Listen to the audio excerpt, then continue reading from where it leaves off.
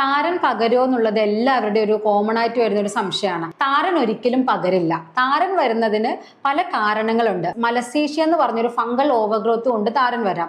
അതുപോലെ തന്നെ നമ്മുടെ കുടല് സംബന്ധമായിട്ടുള്ള പ്രശ്നങ്ങൾ, ദഹന പ്രശ്നങ്ങൾ ഉള്ളവർക്ക് താരൻ വരാം.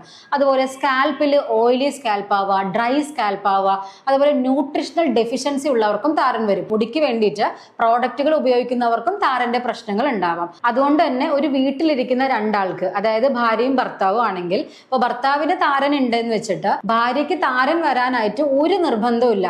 കാരണം താരൻ വരുന്നത് അവരുടെ ശരീരത്തിൽ ഉണ്ടാവുന്ന ഓരോ പ്രശ്നങ്ങൾ കൊണ്ടാണ്. ഇപ്പൊ മെജോറിറ്റി ആൾക്കാരിൽ താരൻ പൊടിയായിട്ടല്ല, ഒരു കട്ടകട്ട പോലെ ഒരു ഫ്ലേക്കി ടൈപ്പാണ് കാണുന്നത്. ഇതിന്റെ കാരണം ഈ മലസേഷ്യ എന്ന് പറഞ്ഞൊരു ഫംഗൽ ഓവർഗ്രോത്ത് ആണ്. ഇതൊരു ഫംഗസ് ആണെങ്കിലും, അതായത് മലസേഷ്യ ഒരു ഫംഗസ് ആണെങ്കിലും മറ്റ് നമ്മുടെ ഈ സ്കിന്നിൽ വരുന്ന പ്രശ്നങ്ങൾ, സ്കിന്നിൽ വരുന്ന ഫംഗൽ ഇൻഫെക്ഷൻ പോലെ ഇത് ഒരാളിൽ നിന്നും മറ്റൊരാളിലോട്ട് ഒരിക്കലും ഈ ഫംഗസ് പകരില്ല. അതുകൊണ്ട് തന്നെ താരൻ ഒരിക്കലും പകരില്ല.